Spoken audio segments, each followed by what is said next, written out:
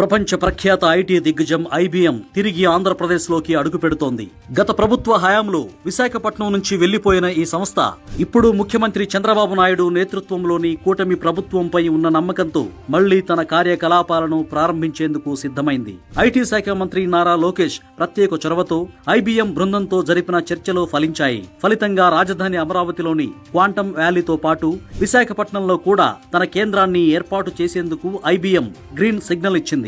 నిజానికి ఐబీఎం సంస్థకు విశాఖపట్నంతో 2011 నుంచే పాత అనుబంధం ఉంది. రుషికొండ ఐటీ హిల్స్ లో ఆనాడే కార్యాలయాన్ని ప్రారంభించినప్పటికీ ఆ తర్వాత వచ్చిన రాజకీయ పరిణామాలు, జగన్ విధానాలు నచ్చక ఆ సంస్థ ఇక్కడి నుంచి వెళ్లిపోయింది. కానీ ఇప్పుడు ప్రభుత్వం కల్పిస్తున్న ప్రోత్సాహకాలు, సింగిల్ విండో క్లియరెన్స్, ఎస్క్రో ఖాతా, అనుకూలమైన పారిశ్రామిక వాతావరణం చూసి ఐబీఎం తిరిగి తన సొంత గూటికి చేరుకుంటోంది.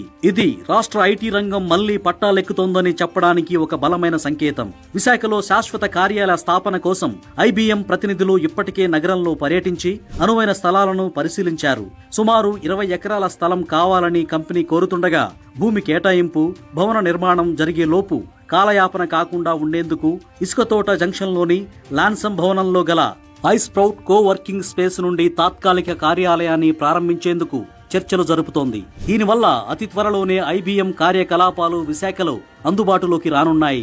మరో విశేషమేంటంటే గతంలో ఐబీఎం వదిలి వెళ్లిన స్థలాన్ని ప్రభుత్వం ఇప్పటికే అంతర్జాతీయ సంస్థ టీసీఎస్ కు కేటాయించిన సంగతి తెలిసిందే. ఇప్పుడు ఐబీఎం కూడా తోడవడంతో పాటు విశాఖలో గూగుల్ వంటి సంస్థల కార్యకలాపాలు, అదానీ డేటా సెంటర్ పనులు కూడా వేగవంతం కానున్నాయి.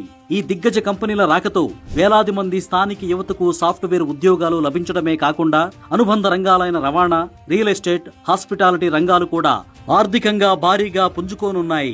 మంత్రి లోకేష్ చూపిస్తున్న వేగం, ఇన్వెస్టర్ల ఫ్రెండ్లీ పాలసీలు చూస్తుంటే రాబోయే రోజుల్లో విశాఖపట్నం దక్షిణ భారతదేశంలోనే మరో ప్రధాన ఐటీ హబ్ గా ఎదగడం ఖాయంగా కనిపిస్తోంది. ఇది కేవలం ఒక కంపెనీ రాక మాత్రమే కాదు, ఆంధ్రప్రదేశ్ అభివృద్ధి వైపు వేస్తున్న ఒక పెద్ద అడుగు.